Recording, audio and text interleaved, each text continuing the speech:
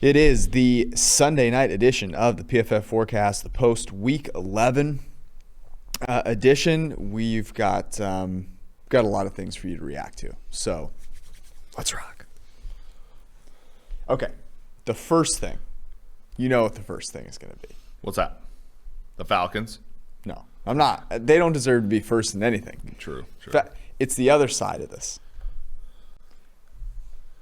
What do you have to say to Taysom Hill? Nothing. Oh, come on. No, you let it happen. Look, Taysom had a decent game. He also threw a bunch of air punts, but I will give Sean Payton some credit. He got players open. And to Taysom Hill's credit, he hit open receivers, so good for him. I'm happy for him. They're now the 1 seed in the NFC, which is great. And that, Taysom Hill's job should be to keep the 1 seed in the NFC until Drew Brees comes back. And he did that today. Good for him. Definitely earned another start. I agree. Yeah. I mean, at this point, you can't argue it. But, are you saying he was Brills? No. I got one thing right today, okay? Couldn't get Patrick fucking Mahomes to throw 3 touchdowns. Had to have Le'Veon Bell honker his butt cheeks into the end zone. But I was right about one thing, which is what Sean Payton did totally threw the Falcons off the scent. And I think that's what he's going to do going forward. Hold on one second. No.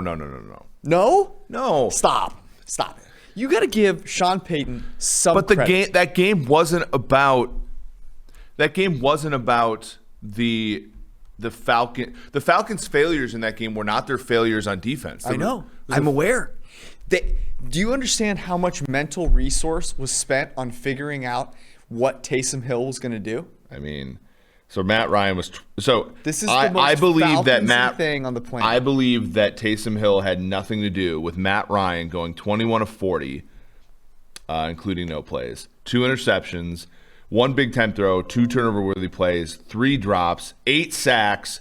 He had an 11 ADOT and managed 5.9 yards per pass if you count no plays. What does Taysom Hill have to do with that? The Falcons. I just explained it to you. Their coaching staff was so on tilt by Sean Payton's brilliance, and you don't want to give him his credit. It's okay. No, I look, on offense, the Saints did enough to win the football game. But are you telling me that if Jameis would have started and they had scored 24 points, you weren't confident that the Falcons could score 21 and cover the number? I think Jameis would have scored a few points for the Falcons as well. I don't know. My thing is the Falcons just simply, there was an emblematic drive, which was, they got behind by 8. They had a decent defensive series. Deion Jones rushed up the middle, got a sack. They forced a punt. And the Falcons backed up, responded by running the ball twice to Todd Gurley. Yeah, that was really bad. You can't do that. And Matt Ryan had been one of the better quarterbacks in the NFL coming into the game. He was his grade was 1 spot ahead of Ryan Finley's and 1 spot behind Ben Roethlisberger's today. Okay, let's move on from the Falcons. We didn't really need to talk about the Falcons, but the Saints are impressive. The Packers, they backed up your claim. They kind of were. You could say it. It's all you.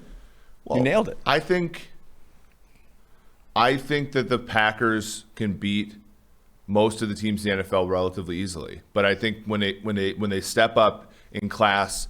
And that doesn't look. What do you think? Do you think Indianapolis has better players than the Packers? No, I don't. I mean, I think they have more good players than the Packers do, but at the correct spots they don't. And my issue is the Colts squeeze every ounce of juice out of the orange every single game. Phillip Rivers. They were leveraging the orange peel. I mean, the referees, and some of those holding calls were legitimate, but they called 4 holding calls on, dude, they converted a 4th and 4. Our graphic got up on the site, and they should have just run the game out, right? But they didn't. They couldn't because they got backed up so much. And to their credit, they forced a stop by the Packers. The Packers made an egregious, by the way. This is something the Colts wouldn't do. But the Packers spiked the ball and gave up 1 of their 3 downs when they had the Colts, on their heels in that last drive of regulation. And, to the Colts' credit, they covered them for 2 plays after that and forced a field goal.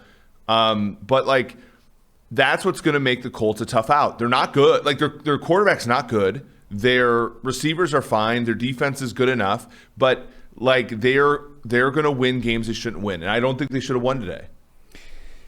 The Packers, it was interesting because they come out and their offense looks really good. They score 28 points in the first half, and you go, oh man, you know. But that's exactly, if you score 28 points in the first half and then go 0 in the second half, like that's exactly what you were talking about, which is a team that doesn't have the ability to play a full game the whole way through. Like, and it was a product of being soft. I mean, they fumble a kickoff. That's soft behavior. They fumbled the last play. Like Marquez Valdes-Scantling didn't get the ball peanut punched out. It kind of grazed his arm, and the ball flops out like it's a used prophylactic. And he like and then the Colts down 14. What did they do? Coming out of the half, they ran 8 consecutive plays and moved the ball from their 25 or whatever all the way down to the Packers 25. And like the funny thing is, it could have been worse for Green Bay. Indy settled for field goals on 2 of their 4 scoring drives in the second half. Like it could have been even worse. So it's interesting. I wish that was luckily. Fuck me. The Packers. Yeah. I want to say it was a very legitimate win, but I don't know where to draw the line because I thought your take was, look, the Packers are not as tough as the Indianapolis Colts. They're a soft team. They're going to lose this game, and they did. But do you really think that's like turnovers are such a lucky and random thing? Yeah. If you played this game again, but both teams benefited though. Like Mo Alley Cox fumbled on the Colts first drive. Phillip Rivers had his arm hit and he was intercepted in the second quarter, and that resulted in a Green Bay touchdown. Rodrigo Blankenship was short on a field goal indoors of 50 yards. Like both teams made mistakes. It was just that the Colts, like again, like mistakes are going to happen, and the Colts are going to lose football games this year. Like they're not a Super Bowl caliber team in my opinion, but what they're going to do is they're going to give themselves the best chance to win. And in this game, like despite everything, despite the referees, despite the turnovers on both sides, like they ended up on top because they did better things. They're not a better team than Green Bay, I don't think, but they're tougher. Like they're tougher. They're mentally tough, and the Packers kind of fold. So here was the point that I was kind of getting at, which is I don't think the Colts can win the Super Bowl. I think the Packers can. And that's weird to say. It would require, because both these teams, for them to win the Super Bowl, they'd have to improve dramatically. The Colts would have to find like 10 years of youth for their quarterback. The Packers just have to get a little bit better around their quarterback. Yeah, I mean the Packers can win a game like the Chiefs won against the Raiders just now, where every part of the team plays like shit, but the quarterback just plays outside of his mind. Yeah. Where the Colts can't win a game if part of their team plays awful, right? Like, and the thing is though, like they're more likely to play a game where none of their parts play awful than Green Bay is. But like again, we're talking about like on average versus like in the tails, and I think like obviously if you have a quarterback like Aaron Rodgers, you're better in the tails. I think there are 7 teams that can win the Super Bowl right now. Okay, I think there's one. I'm just kidding. Okay, give me your 7. Your one team needed heroism to beat Derek Carr and Isn't the that Raiders. The point though? Like they got the best. They're getting the Stop it. They're getting every single team's best swing this year, and they've lost one game. They're getting every team's. This is insufferable. They're getting every team's best. You almost lost it. Your defense is a disaster, an absolute disaster. Some games, and then some games they're not. They're a defense. A disaster. They're a defense, dude. Okay. The Packers defense just got your take is dump trucked by the freaking Colts. Your take is totally invalid. Okay, what 7 teams? Okay, Go for here it. we go. Okay, the Chiefs obviously are number 1. Yes. The bullet. We get it. Okay. Congratulations. In the AFC, it's not a whole lot. So I have the Chiefs, I have the Steelers, and I have the Buffalo Bills. Well, my take on Buffalo, 2 weeks ago is still valid, right? That the Bills high end is pretty damn good. You think Pittsburgh can win the Super Bowl? Mm-hmm. What is their path besides Kansas City getting knocked off? Their path is that they get home field. Okay. Okay. I don't know what happens. They're allowed some sort of fans, whatever. They grow the grass out really long in Pittsburgh. And they, once you get into, you say this all the time, and this is a good point. Once you get into the playoffs, you just need to hit your high end for a few games. And the Pittsburgh Steelers' high end is this ridiculous defense with great turnover luck that plays really well. And that's how you knock off the Chiefs in one game. I'm not saying they're likely to, but I'm saying they actually have a chance. Okay. They have a weapon that allows them to beat the Chiefs. Which is what I just said. Their defense could play out of its mind. Okay. They also, I will say this too, they also have receivers that will, I don't know if Big Ben will play well enough, but their receivers will destroy this, a lot of secondaries. Yeah. Okay. Then I will move on. Are they a down the field team as much as the Raiders are now? I think they're a better down the field team. Okay. They just don't take as many shots.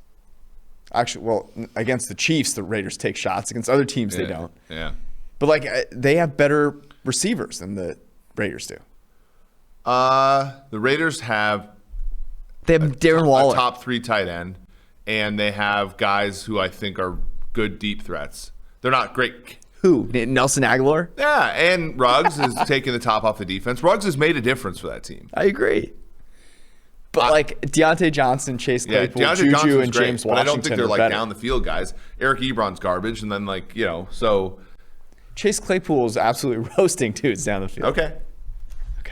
I think it'll be different when Pittsburgh doesn't play Jacksonville. I'm not saying they're the favorite. I'm saying they have a chance. Okay. Get over your Kansas City Chiefs boner.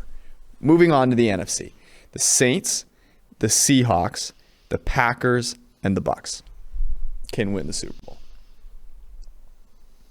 Okay. Of course. One of them has to get in the game, and once they get in the game, they can win. You don't think the Rams can? Are you saying that we should just stop playing the season right now? Wait, are you saying the Rams can? I don't think the Rams can win the Super Bowl. I think they could get there, but there is just no way that I believe Jared Goff is winning. If the Rams got in the game against Pittsburgh, Goff would shit himself. If he got in the game against the Bills, I think they could win. If they got in the game against Kansas City, I think they could win if they played the right game script. Yeah, they beat them before. Yeah. I don't know, man. The Super Bowl is such a big spotlight, and McVay can carry them pretty far. I don't think he can carry them that far. Okay, what would you make the Chiefs right now because we're talking about 7, and I agree with you that these 7 can win it for sure, and then put 1 or 2% on the rest of the teams that we're not thinking about right now. Yep. Ravens, for example, could figure it out one day. The Titans could figure it out. The Ravens aren't in the playoffs right now, so. Yeah, but they might win on Thursday, and then maybe they also might lose and be 6-5. Yep, right. Go Ravens, by the way. If Miami too, I know they just lost to Denver, but people have them in the top 5 in the NFL. So but the one that we had them as 0.5 points better than an average team. The one that I really battled with was the Titans, who won today against the Ravens, but I just have not felt good about them in a while. And so I'll say this. A.J. Brown, he got injured. There was all this DK Metcalf love. A.J. Brown, people need to remember, it is an absolute savage. The dude is a monster. And he is, as much as people love DK Metcalf, he's right up there in terms of how physically intimidating he is to people. No one could tackle him, but that's what it took for the Titans to win that game. And I just don't know if they're going to press their advantage enough with A.J. Brown to be a real Super Bowl contender. But they were the one that was closest for me that I decided not to put in there because I had to make the cutoff somewhere. Yeah, I mean, my issue, I think the Titans can win. I think the Titans can beat teams whose offense is sporadic and in a weird way who jump out to a lead against them. Yeah. Because they actually then decide, hey, we're going to throw the football. And, and then what they need to get is stops. It's like Kansas City, right? Like their defense is similar to Kansas City. It's not very good, but if the other team fucks up, right, and then they can get enough stops, and then their offense is explosive. I would even venture to, like, this sounds really stupid, but like Tennessee this season so far, their offense has been more explosive than almost basically any team in the league. Maybe other than like the Raiders, right? Like the Raiders are getting downfield stuff, but they're like the Chiefs today. Like, this is the most impressive part about some of the teams in the league. The Colts, they had one big play. They had the Pittman touchdown, but most of the time they crossed the street 10 times on the way to the end zone to score. The Chiefs are the same way today. Like the Raiders, to their credit, did a really good job of not allowing big plays. The Titans can't score consistently without big plays. They just can't. And that may be to their benefit, but I think you're right to have them outside there because they can only win in certain game scripts. They don't have. What was interesting about the Chiefs today, it's a really good point. The Chiefs came in and threw a ton of quick, short throws, okay? And for a lot of teams, that either isn't in their repertoire or they can't do it consistently enough. And that's a real credit to Mahomes. He's consistent enough and he's so accurate that they are able to do that and still put up points. That's something that Titans really struggle with, something that the Rams struggled with until this year, and it's still not their best thing. But like, if you want Ryan Tannehill to just drop back and hit quick passes, that's not their game. They need the deep play action game. And I think that's a really good point. And I would agree with you there. Who would you rather – so this is a question I was thinking about today. Who would you rather have, A.J. Brown or Terry McLaurin? McLaurin. I like – Brown struggles with drops and in a way that is like prohibitive. He also disappears. McLaurin is like – okay, it's sort of – it sounds really silly to say, but it's who I would rather have between – so I think A.J. Brown is a lot like Terrell Owens, like his wow plays are better than anybody else's, but he's also kind of a body catcher. He's also, disappears at times. McLaurin is far more of like a Marvin Harrison type who's like open all the time, catches everything, volume, overcomes bullshit, like, all that kind of stuff. Like, they're both great, right? You'd rather have both. But I would rather have McLaurin because it's just like the consistency. He's still explosive. It's not like a Chris Carter versus Randy Moss thing. It's a consistency thing. Yeah, I agree. I also think the route running for McLaurin is a little bit better. It's very close though. I mean, AJ Brown. McLaurin's amazing though. Like that offense is like, I mean, look, like there's a 4-way tie basically on top of the NFC East in many cases because of the superstar players on these teams. I mean, Dallas today, their 3 wide receivers were really good. And that's why, part of the reason they won. The other part was the Vikings are a meltdown fest. And then the other one, and, Washington has McLaurin. They also have Gibson. New York has good receivers, and Danny Dimes is the best quarterback in that division right now. And Philadelphia stinks. So, yeah, that's a good point. Terry McLaurin, 88 grade, AJ Brown 87 grade. So they've both been. The play that he made at the end of that game was unbelievable. Absolutely nuts. Okay, a couple more things. Let's do a few rapid fire things before we get into the games. How many quarterbacks would you take over Deshaun Watson right now? Let me look at my. Okay, well, I'd take Mahomes. Yep. I'd take Wilson. Okay, question is today and what's the horizon? 5 years. Mahomes and Wilson. End of question. End of answer. Are you ready for a very hot take? Oh no. You take him over Wilson, didn't you? Very hot take. I was thinking about it, but I think you can start to have the conversation about it. And Watson is absurd, but he also has some of the stuff that Wilson has. That's what I was going to point out, which is I think they both have kind of the same issue.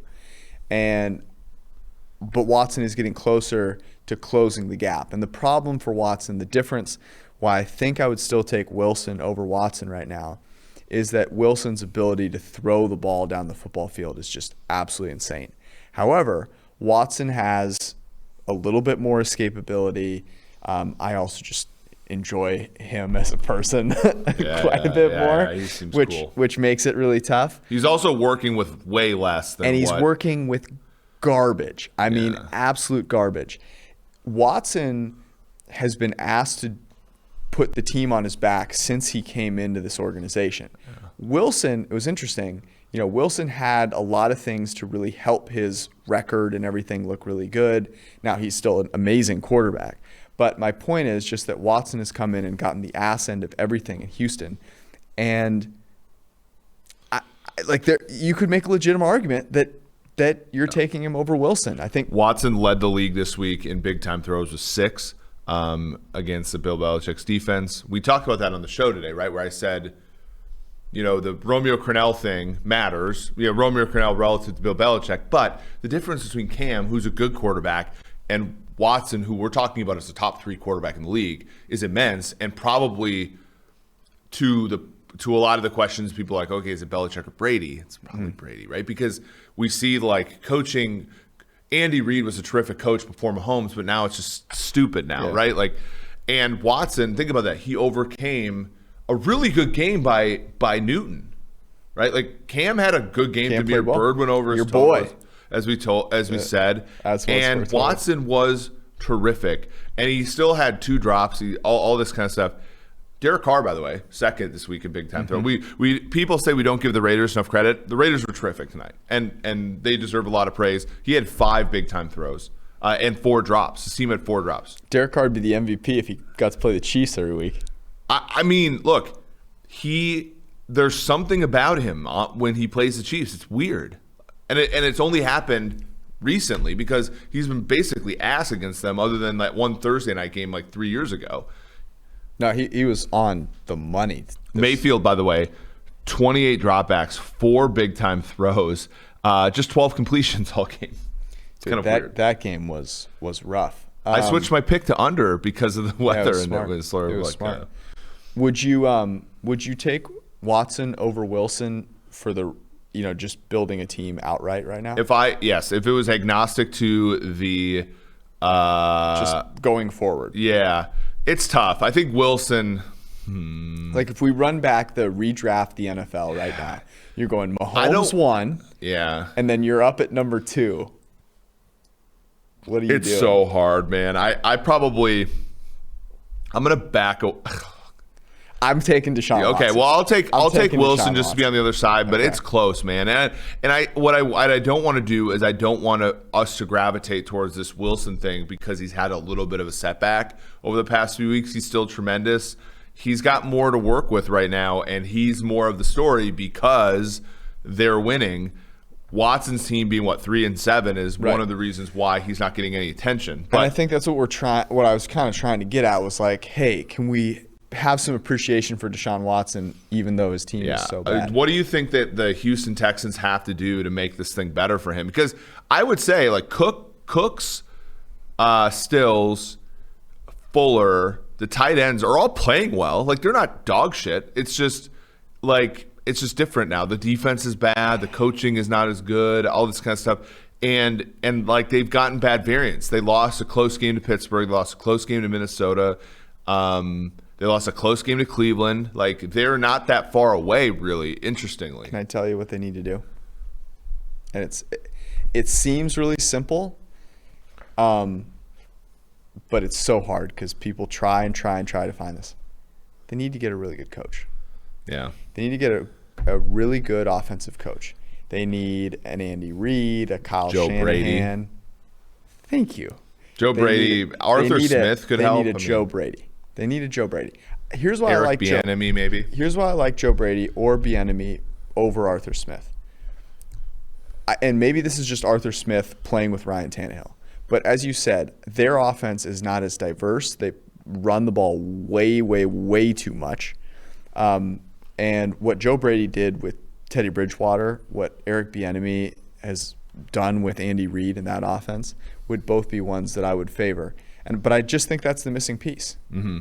Because you're not going to rebuild the talent of that team. It's so void of talent. But look at what the Chiefs are doing with a defense that has Tano Passanio incapable of covering Jason Witten on the most important play of the game, right? I mean, they're still winning because they're able to create an offense that you literally can't kill. Okay, last thing here. Take for you.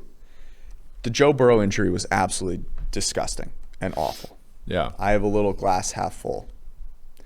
This dude was getting pummeled. Yeah. Okay. He proved that he is a plenty good quarterback. He was getting killed. He's also tough as hell. Tough as hell. I mean, the dude took so many hits. He's aged like 10 years. Okay. He's also like a 10 for 10 guy, right? Like he just seems like the Bengals are in good hands. Yeah, he's figured it out. Okay, but here's the deal. He was going to will them to a couple of victories down the stretch and take hits doing so. Okay, this injury sucks, but he's going to rehab. He's going to come back. You're going.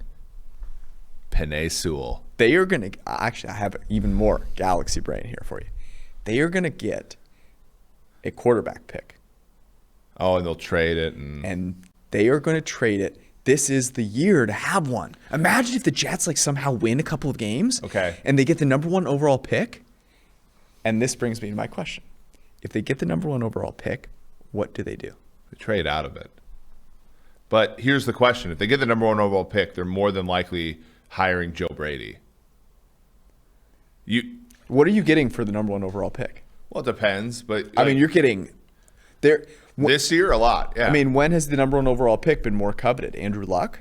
The Andrew Luck year. I mean, the RG3 pick got like a shit ton. The Rams ridiculous to the Washingtons. Yeah. I mean, you're getting everything. You're getting from a lot, someone, right? And they need a lot. I was messaging with somebody. But this could be it. Yeah. This could be how the Bengals become a Super Bowl contender. Yeah. You lose all these games. Zach Taylor is out. You bring in Joe Brady. Perfect marriage with Burrow. Say you get the 1st or 2nd overall pick. You trade it for an absolute boatload of picks. Do you think that the Bengals, who have historically been very loyal to coaches, will cut the cord on Zach Taylor 2 years in? If Joe Brady is available, and this has nothing to do with Zach Taylor, this is a Joe Brady gets it, and you don't pass up an opportunity. It's like, what the Falcons did with Dan Quinn. Like, you love Dan Quinn, great human being. You love Zach Taylor, great human being, but Joe Brady would be the guy that I'd want. I mean, yes, it all makes sense, and they should probably trade back far enough where they can get Penei Sewell and then, bookend him with Jonah Williams. Or, I mean, trade back to wherever, get a receiver, get a tackle. I mean, go sign some guys. But you should just get, the world for that. Yep. And it makes a lot of sense. He's an A+ guy. I was talking to, former GM in the league today, and he was basically saying, like, this is just, some of these young quarterbacks get put in these situations and they prove themselves out, and you're almost, it's just sad to see what's happen. And then, in some ways this did save Burrow from a lot of bad things. I mean, he hasn't out of the woods yet.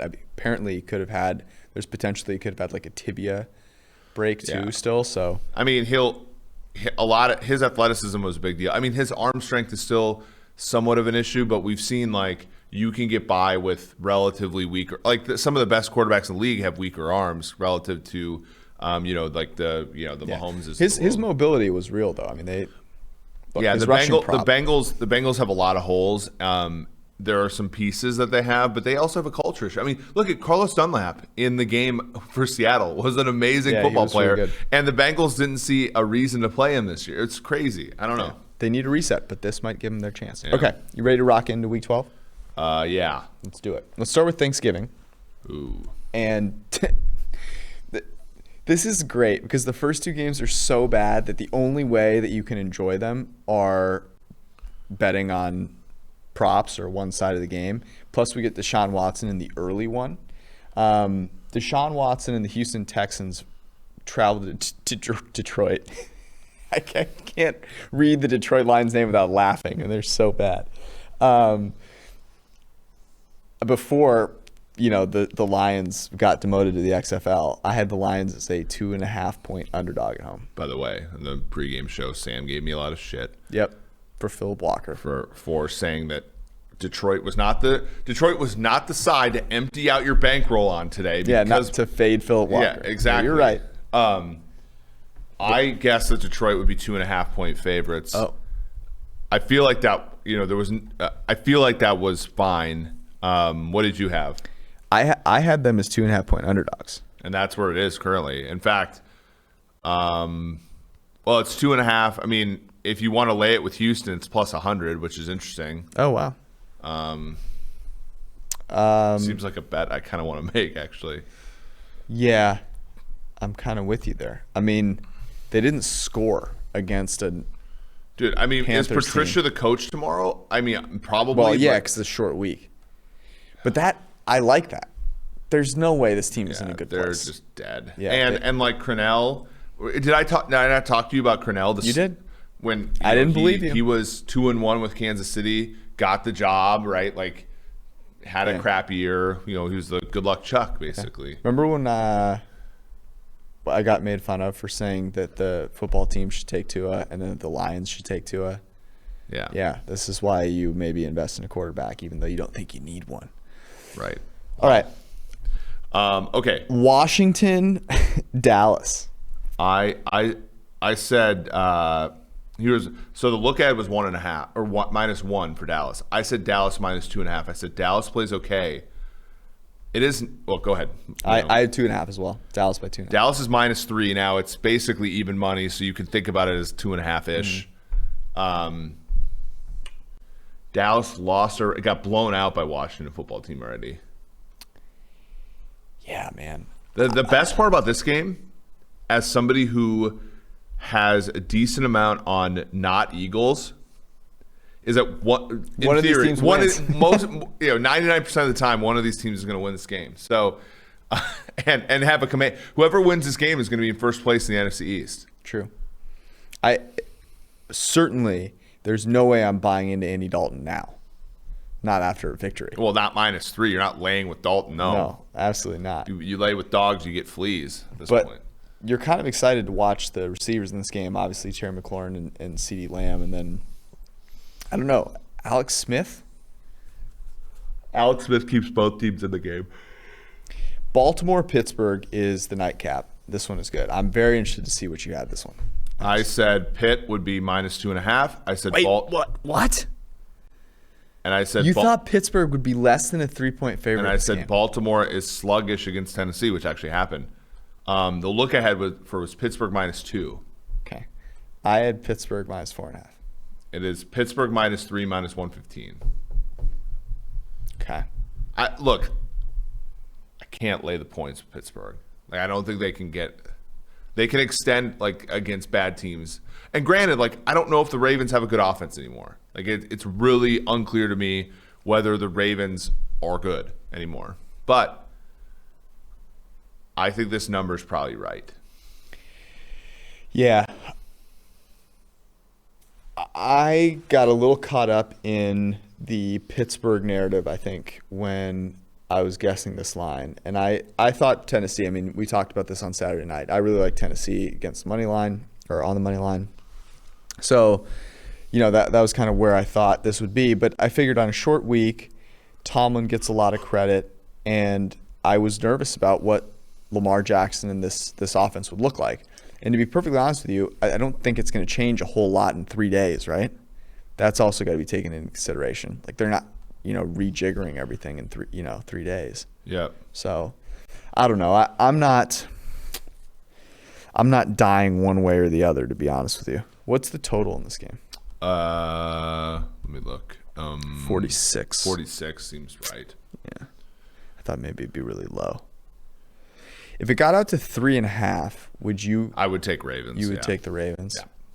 I think I'd be leaning there too. I mean, the Ravens in that game against Pittsburgh a few weeks ago moved the ball really well, and it was the turnovers that really got them. So basically noise, yeah. All right, Sunday slate. You ready? Yep. All right. Let's see here. We've got a few decent ones. Wow. There's a couple ones that are surprising. Yeah, okay. We'll start with the best game of the week, which is Kansas City, Tampa Bay. What'd you have this one as? I said Tampa Bay +3. Okay. Tampa Bay. Wow. I have Tampa Bay +2.5. The look ahead was 2.5. It is not Probably off up. the board at this Yeah. point since we don't have it. Let's see if Golf Odds has something here. +3, huh? I couldn't give him the full 3. Do you think this game by Kansas City, though, the market is probably a little hesitant, right?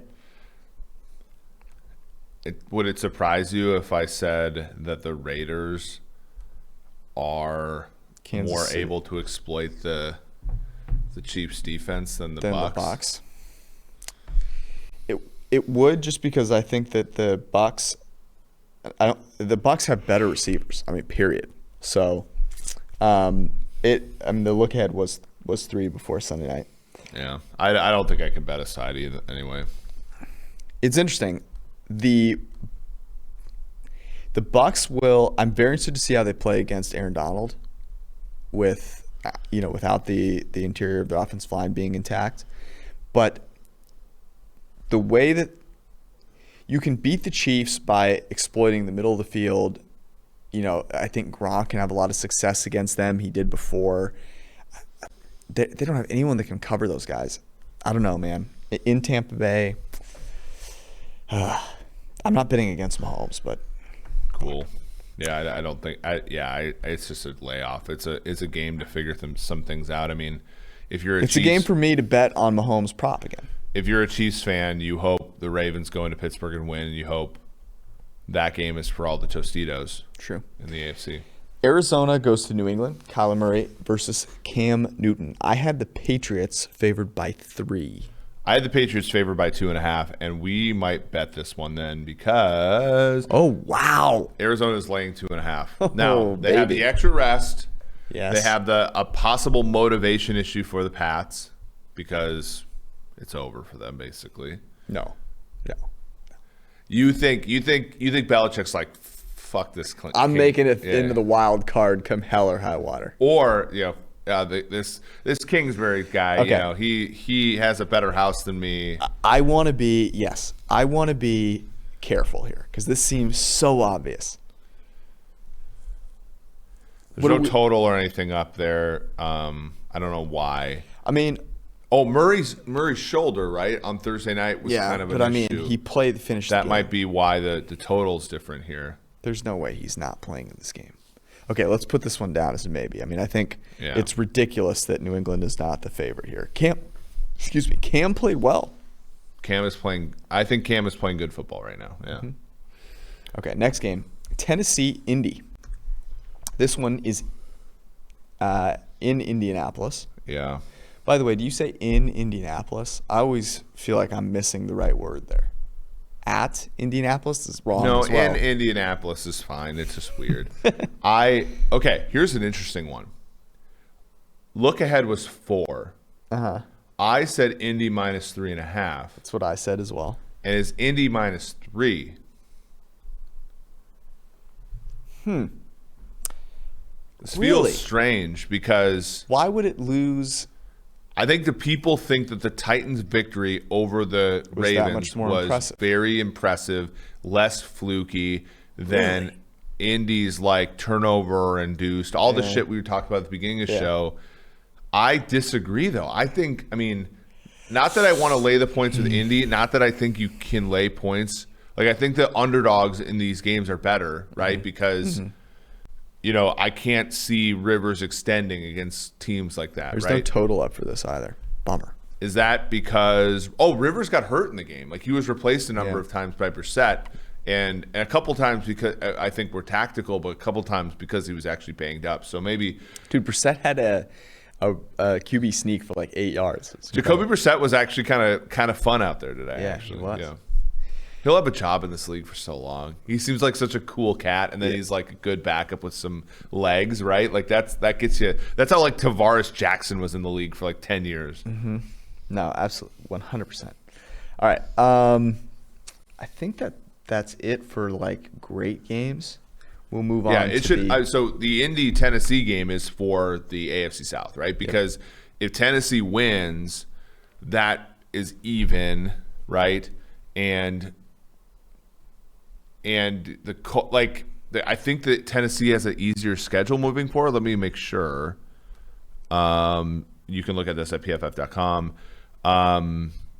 The hardest remaining schedule in that division. I guess Indy has a above average, but yeah, it's about the same. So, but that's really for the. If the Colts win that game, the division's basically wrapped up, right? Correct. Okay, not as exciting games. We move to Buffalo, where I guess you could theoretically put this in there, but the Chargers are not a playoff team. Herbert was excellent today. It'll probably be a really exciting game. Jets with a beautiful cover. The black door. When I saw them taking a safety, I just like put my hands up in the air. It's like, thank God. But they were covering before the safety, though. They were covering the 10.5, right? They were covering 9.5, which was the close. They were up 8, and then they took the safety to go up 6, which doesn't make sense, by the way. It's dumb. But the funny thing is they were trying to run out the clock, and they didn't. It's classic Chargers shit. They could. No, that's right. It went. Because I thought that they were going to go. It went 8-6. I thought it went 10-8. Yeah. It went 8-6, and then I was like, oh God! Like the whole last drive by the Jets, I'm like, well, didn't you think? If you throw a pick 6, I'm gonna. Didn't you think that the Jets? Because when there was 1 second left, and I was like, oh my God. Yeah. And was it Braxton Berrios who's taken down? I'm like, this guy's gonna, Yeah, he knows. He knows that he's just got to get down. I mean, come on, and he did. Braxton Berrios, smart dude. That guy will also have a job in this league for a very long time. Yeah. They love the white. I guarantee you Braxton Berrios is like the hardest working dude on the Jets, which probably isn't saying a ton, but But like everybody in the locker room, he'll make his way to the Patriots soon enough. His nickname is like Cole Beasley. Like there's actually his Instagram is Honey Nut Cheerios, a play on Berrios. All right, well maybe not then. All right, let's go to so Buffalo Chargers. This one is in New York. I had the Bills favored by 6.5. Coming off a bye. 6. It's 5.5. Oh, trending towards 6 though. You beat me here. I think that Herbert played pretty well today. Yeah, I agree. I think you're right on this number, and I would be kind of intrigued to take Herbert. I just think that Chargers team is not a team that they're not a team where you're like, yeah, they're going to win a game. You just feel like it's going to be wonky and come down to the end, and it'll be within a score. Yeah. And the Buffalo defense has not proven to be anything special, shockingly, along with every single other defense in 2020. So, right. Okay. I think if I had to take one side of that game, I would take the Chargers. Yeah, Bills' defense isn't good enough to really provide a ton of resistance, and so you're worried. You could catch an Allen game that's just garbage, and then Chargers might win the game outright. Frankly, the next game that we'll talk about is San Francisco in Los Angeles to face the Rams. What'd you have this one at? LA -7. Okay, I had LA -8.5. Yeah, I don't think the line's up because LA hasn't played yet. Let's see what it was pre-Sunday night here. We have 6.5. So I was heavy here, which means that I would be taking the Rams. You can't lay that with the Rams coming off of short rest and San Francisco coming off of a full bye. I just can't do it. I don't know. Plus, the home field is not the great. Shanahan elegant tank. Yeah, but the elegant tank is losing by 3. Yeah. It's not losing by 15 or 14 or whatever. Man, I was heavy on this one, I guess. I guess you have to respect Shanahan. You have to respect Nick Mullins, of course. Yeah. Yeah. The Niners will find a way to lose this game. I'm confident. Zach Wilson, come to me. All right. Chicago, Green Bay. This is the Sunday night game. What'd you have this one at? The Sunday night game. So that's Denver versus no, it's Chicago, Green Bay. Chicago, jeez. Green Bay -7.5. Wow. Okay. I have Green Bay minus 10.5. It is not up? Yeah. Oh, Is that because they don't. Foles was carted off on a stretcher. Okay, so Trubisky's playing. Can he play? He has COVID? Who knows? Let's say Trubisky's playing. There's no way Trubisky is within 10 points of the Green Bay Packers. Come on. Really? Trubisky had a lot of big-time throws early on before he got benched. This is all about whether the Chicago defense. They played a very good game against the Vikings. They did. Here's the thing with the Bears is that they know their offense is so bad that it's like, how you get excited as a fan when your team's on offense, right? Yeah. You're like, okay, yeah, Mahomes out there, let's go. You're excited. The Bears are the opposite. When the offense is on the field, Bears fans go get another beer, get another hot dog. When the defense on, okay, here's our chance. We get to score. Get some field position. They're the only team in the NFL that's like that. The hard part is that their defense isn't as aggressive as it could be because they know if they give up a score, it's over. Is that the ultimate insult, by the way, to an offense when your fans are like, I'd rather watch the defense play? Yeah. Does Matt Nagy make it through the year? I feel like Ryan Pace, to justify his existence, has to probably take his head, right? Yeah, to try and save his life, which is kind of screwed. Nagy makes a resurgence at some point somewhere, right? He goes and becomes an offensive coordinator. Maybe he goes and becomes offensive coordinator for the Chiefs. Andy again, yeah. When After Bieniemy leaves. Although it looks like Mike Kafka, the former backup quarterback when Reed was in Philly, is the quarterback coach now. It seems like he's next in line. Would that change if Nagy became available? Well, Reed doesn't really recycle coaches back to their old positions. Like when Brad Childress rejoined the Chiefs, he was a spread game coordinator, which is kind of fucking hilarious. But it's also Brad Childress because he wanted to run 22 personnel with Minnesota all the time. But so I don't know. Hey, well, here's a question: if Doug Peterson gets fired by the Philadelphia Eagles because they go, he ain't coming back. He's not coming back. We know that story. He ain't coming back. He's not walking through that door again. Okay, this game not very exciting. I can't believe we're gonna have to watch next Sunday night. Well, hey, maybe they can get COVID and they can move the game to 4. Stop. Find a different game. Why haven't they done that lately? If you're not moving the Raiders game, you're not moving this game. Yeah. Okay, the Las Vegas COVID-19. Chris's games have all been good except for the Danucci Fest that was 2 weeks ago. I thought that was really entertaining. Okay, we move on to Carolina at Minnesota. Your Vikings. You foretold. Not my Vikings. You foretold, managed to lose to Andy Dalton. I said Minnesota would be favored by 6.5. We're not going to get a number on this game because of Bridgewater's health. Yeah, right? So, I said it would be 4.5. Which if I get 6.5 or better with Theo out there, I'm taking. I agree. That was kind of my point here. I was kind of working it down, and I was like, look, if Teddy Bridgewater's out there, you're telling me that the Vikings are going to win by 6 or more? Get out of here. Get out of here. Is there a better – here's another question for you. Best wide receiver duos in the NFL. Adam Thielen and Justin Jefferson are the two highest graded duos, or the highest graded duo. Who are you taking over them?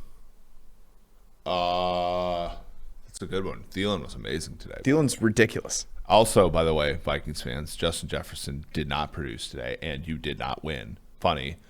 Cook had over 100 yards. And he had over 100 touches. True. By the way, nothing was better. I don't know who was calling this game. It was one of Fox's. It was Jonathan Vilma, and he was. It was not good. It was Jonathan Vilma. I really like Jonathan Vilma. It was a rough initiation. Aqib Talib was better at his first and only opportunity. That's not surprising. Aqib Talib is an absolute star. Yeah. Okay. But he had this line that was incredible. So the Dallas Cowboys, who are trash, are winning the game 16-14 or something like this, right? And he goes, Dalvin Cook runs it in the line for 3 yards, and he goes, the great thing about the Vikings is they don't care if those plays are successful. They know that if they keep running them, by the time they get to the fourth quarter, the defense will be tired. And I was like, is your goal to be losing in the fourth quarter but be facing a tired defense? It just doesn't make. Can't compute it. Find me something that football people like more than constructing. They're in a sandbox right now, building trophies that don't fucking matter, by the way. Hey, Bears fans, look, we got this Khalil Mack. By the way, our franchise is a fucking travesty. We have no quarterback. We have no picks to take our quarterback. But you know what? We have Khalil Mack. The Raiders gave us Khalil Mack, and we should be proud of it. Look, I know we fucking lost to the 2-7 Dallas Cowboys, but you know what? The defense was tired at the end of the game. Let's erect the trophy. Like, what? It's working. All we need to do was hit. Look, I know we're terrible. We're 4-6, but you know what? Dalvin Cook. He's doing really well. He's earning his contract. His contract. It's like, well, here's the funny thing about it. It's because you guys can't fucking win a Super Bowl. Because the Chiefs have the one thing that none of you guys have. If you're running the ball to tire out the defense, but then you're losing, why would play action work in the fourth quarter? I don't know. Just saying. I mean, the fact of the matter is, this is why. So there are real, maybe they're not real, but there are Twitter accounts right now who are basically like, look, anybody can make those throws Mahomes makes. So guys are wide open, and it's like, dude, there's a Twitter account saying everything. Yeah, every take is had. What's the least had but take in the universe? Everybody is so tilted by the fact that if you just have a really good quarterback, it overcomes the Chiefs defense. Like, my high school team could have scored on the Chiefs defense tonight, and it doesn't matter. Like whereas like Kirk Cousins played a great game today. Like, Derek Carr played a great game today, and it doesn't matter. Like, sometimes, right? Like, if you're just not good. Okay, well, if Teddy Bridgewater comes back, I'm taking Teddy, but like Carolina. Okay, yeah. but this game's off. All right, game that was going to be on there was Giants Bengals. That game is now absolutely trash. Actually, the line's up though. Right, but we're not. I think there's one other semi-interesting game. Oh, sure. Monday Night Football, Seattle, Philadelphia. Ugh, whatever. Man, maybe. Hold on a sec. Okay, so let's talk Bengals Giants because we're done with the okay games. Yes. So what did you guess the Bengals Giants line to be? I guessed it to be. Oh shoot! I deleted it and rewrote it after the injury. But okay. I think I had Bengals 2.5. Same here.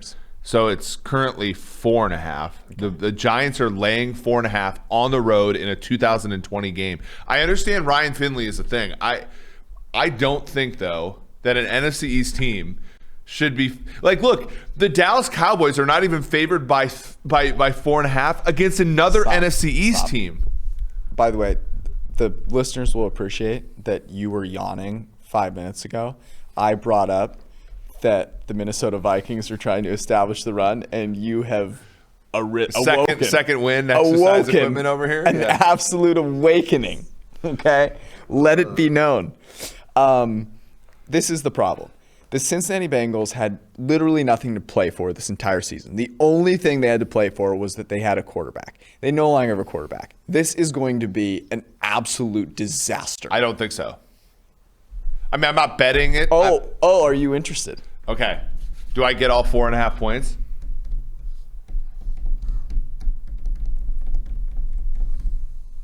Or the money line's 200. Can I get 2 steak dinners back for the bet of 1? Wow. If the Bengals win outright. Look, the Giants are garbage. Let's do it. All right. I will take. Look, Ryan. Look at me right now. Who? Ryan Finley. You think Ryan? Okay. Go ahead. Look at me right now. Okay. I believe in you. Look. You see why I'm wearing a NASA shirt? Makes one. I think you can go to the moon. Makes one. God, The Giants are garbage. Stop. The Bengals? Bengals are at home. Yeah, right down the street here. We know what that means. I mean, look. The Dallas Cowboys are not even favored by 4.5 against another NFC East team. I feel great about this. The Bengals are incentivized to lose this game.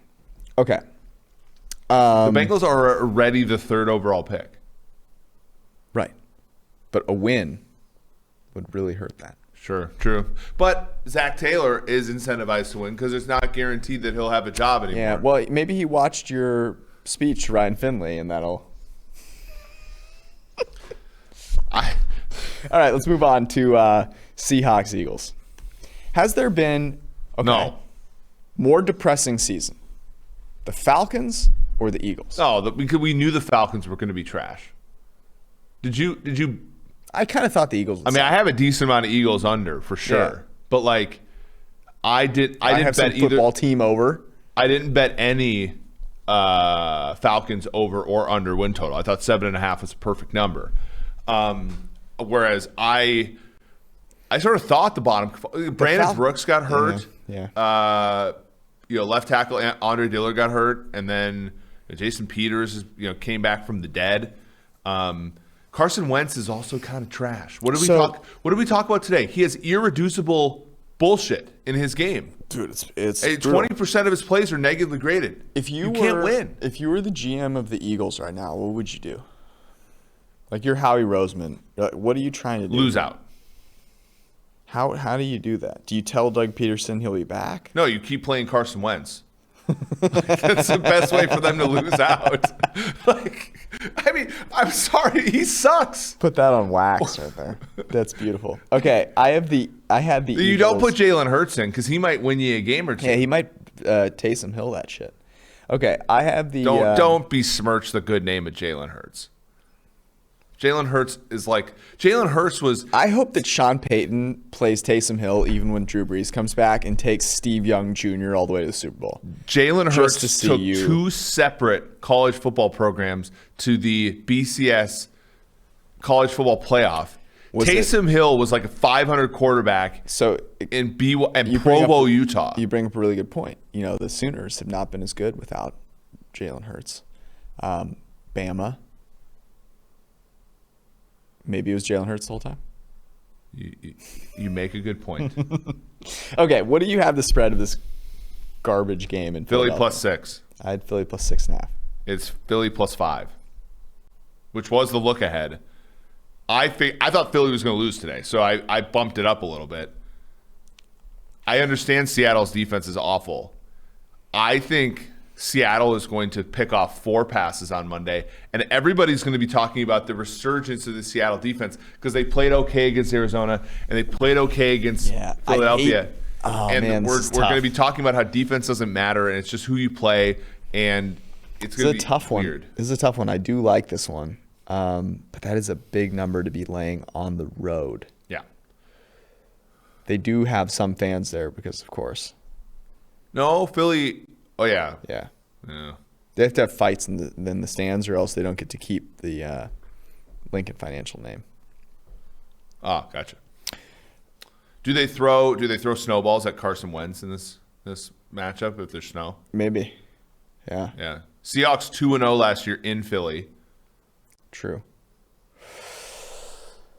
Yeah. They won 17-9 both games. It's very tempting. I don't know, man. The only thing that worries me every time about Philly is that they actually have a good defensive line, but everything else in the team is so bad. Yeah, everything else is garbage. So bad. Okay, let's move onward. There's some bad games. Let's run through them quickly. Miami at New York Jets. I have the Jets getting 7.5. This did not move at all at the look ahead, and I thought it would. I said Jets +6.5. Oh, it's less than a touchdown. It's still 7. It's 7. Oh, okay. Tua was benched today. And I think that was fair. And Brian Flores could do just about anything, and I'd be like, yeah, I agree. Yeah. Good idea. I think it's the right move. Their defense played like shit against the Broncos, though. So, do you think they start Fitzpatrick? Fitzpatrick played like crap. No, apparently Tua's back. Yeah, I mean, if Fitzpatrick leads the game-winning drive, maybe. But did the Jets empty the tank? Because I feel like Jets +7 is going to be where Greenline is. By the way, Greenline was up 8 units today, which is pretty cool. And it was because it liked a lot of these dog shit teams. They liked Dallas, it liked Jets, it liked Oakland or Vegas. I do not want to bet against the Dolphins. They just have a recipe for making you feel dumb. Here's one that I like, actually. What about over 46? I can get on board with that. Let's check the weather. Yeah. Okay. While you're checking the weather, I'll move us on. The next game that I have on the list is Cleveland-Jacksonville. It looks like snow. Never mind. Cleveland-Jacksonville. Ugh. Yeah, I have Jacksonville getting. Who starts 6.5. for Jacksonville? Is it still Luton? It's Luton, I think, but yeah, probably. I said 6.5. It is 6.5. I said 7. You're an idiot. Why? Because you're off by half point. I mean, okay, but what has Jacksonville done? Like, It was a joke. Cleveland's gonna have their first like normal weather game. I know. They're going to be so excited. Jacksonville stinks so bad. Exactly. I mean, I like where you're at with 7 because Cleveland is good at beating really bad teams. No Okay, problem I'm gonna with put that down on the list. I don't know if I can. I don't know if really I can stomach it. Look, if we're we're gonna, on the road. If Cleveland is 7-3. Like, think about 2020 has been for most people a really bad year. and of course for Cleveland, And Cleveland, yeah, like a trip a to the team, Cheesesteak a Factory. town where the river was on fire, or the lake was on fire at one point, or 7-3. Kevin Stefanski, I think, deserves Coach of the Year consideration. Yeah, he's 7-3 with Baker Mayfield. Absolutely. Yeah. Baker, by the way, four Big Ten throws today. Wasn't awful, but like, man, that game was hard to watch. Yeah, Carson Wentz didn't even wear the camouflage sleeve, and he was still bad. still bad. Next game, New Orleans, Denver. In Denver. Taysom Hill, Drew Lock, get excited. I had Denver getting 7.5. I said Denver. Look ahead was 6. I don't know why I did this. I said Denver plus 3.5. I literally had zero faith in Taysom Hill. You are incredible. It's Denver. Okay, what happens in the thin It's wind basically 6. of Denver when Taysom throws the YOLO moon ball? But he doesn't undershoot the guy by 5 yards. It Yeah, gets all the but way does there. he overshoot the guy then? No, it's perfect. Because does Sanders like stop running because What he's we're going to expecting find is that Taysom Hill belongs in Denver long term. Perfect for him. Oh, he can they go from one Tebow to another. Yep. Good. Yeah. There's no way I'm taking Taysom Hill as a 6.5 point favorite on the road. But in Sean Payton, I trust. And people are going to talk about how you should fade Taysom Hill. And Sean Payton will come out there and just trounce all over. Who should I start in my Denver fantasy Broncos. team? Should I start Travis Kelce at tight end or Taysom Hill? You started Travis Kelce this week, and it he worked got for more you. points. Did you tweet that out? I did. Did people? People liked it. I was like 50 likes. Oh, that's. We'll see. Dude, literally, as soon as Taysom Hill did anything decent, my timeline was littered with, check this out. Taysom Hill was in my lineup at tight end. I don't care. Yeah, no one cares, honestly. Like, and like there are people who thought Taysom Hill looked good today. It's like, go fly a kite. Do we have any other games? No. All right, Power so through the that. ones that I have that look okay, that look appealing to me: Houston minus 2.5, New England plus 2.5. And then- do you like any others? Kind of like Seattle. Ugh. Here's the thing: Philly's already frustrating. I don't want Philly to like lose this game by 3 Right. Okay, let me give you. at home. Let me interest you in a little total here. Okay. Is it a little total? Are we betting over, or is it a big total? We're betting under. No, it's a little total. I think it's the lowest total of the week. But what is the weather going to be here in lovely Cincinnati? Oh no! Don't do this to me. No way. They couldn't get the total today, and they had Burrow for half the game. Yeah, it's going I'm to be. betting on the It's going to be Bengals raining. It's gonna be mucking raining. this up. It's going to be raining. It's 43. Okay, I won't do that. Okay, so if we're looking at totals, let's just think about this for a sec. Houston, Detroit. Detroit just got shut out by Carolina. No. Football team, Cowboys, 47.5. That seems a reasonable total. Yeah, we already talked about Steelers, Raves. Bengals, Giants, no. Browns, Jaguars, no. Bills, Chargers at 54. I mean, the Bills have been an over team all year. And Herbert is a Is there a chance it's snowing though? quick strike. Let me look at Buffalo weather. 54 is toasty. 13-mile-per-hour winds, showers Sunday. Yeah. Well, we'll figure this out. We'll write it up. You guys can check out the Dolphins. write-up Ugh. this morning if you're listening to this. It'll be out. We were going to play a game, name things that are tougher than the Green Bay Packers, but we're kind of out of time. So, well, no. So let's just talk. I mean, a few things, right? Marshmallows tougher than the Green Bay Packers. Charmin, ultra soft. Yeah. Well, look, I like my toilet paper tougher than the Green Bay Packers. I actually refuse to use toilet paper. If you're not using flushable wipes, what are you even doing? I have noticed that when I've been to your apartment. It's sort of revolutionary you are. Other things tougher than the Green Bay Packers. Silk. Yes. Silk. By the way, silk is what Marquez Valdez-Scantling was. what came in contact with him. What was wearing on his sleeves when he caught the ball at the end of the game. Mattress toppers. I mean, look, a rare steak tougher than the Green Bay Packers. Well, unless you go to Indy, in which case a rare steak comes out rather like tough. a hockey puck. Yeah, you gotta be careful there. Well, we can keep this bit going. Things tougher than the Packers. I don't know, beating you in a steak dinner bet. That's tough. Pima cotton. Okay, we'll keep this bit going, and people will not find it funny, and that'll be the funny part of it. Did I get a lot of I didn't think I got a lot of pushback for calling them soft. No, it was bookmarked by every Packers fan for as soon as they won that game. Oh, interesting. Well, yeah. I'm telling you, our good friend Aaron Nagler would have been joining the show. No, to Aaron's credit, I know Aaron listens to the show sometimes. Aaron basically was foreseeing this as a loss too. I thought he was very sober. For a Packers fan, was very sober going into this game. But probably not sober coming out of it. No, there was a lot of PBR and New Glarus drunk by our friends at Cheesehead TV, I think. All right, that is it for the show. We'll be back with you on Wednesday at some point to talk about Thanksgiving games. Thanks for hanging out. Peace out. Thanks for watching the PFF YouTube channel. And if you want to subscribe, all you have to do is push the button. Don't forget everything you get. A little fantasy, push the button. A little green line for the gambling aspects of the game, push the button. College football, push the button. The YouTube channel from PFF.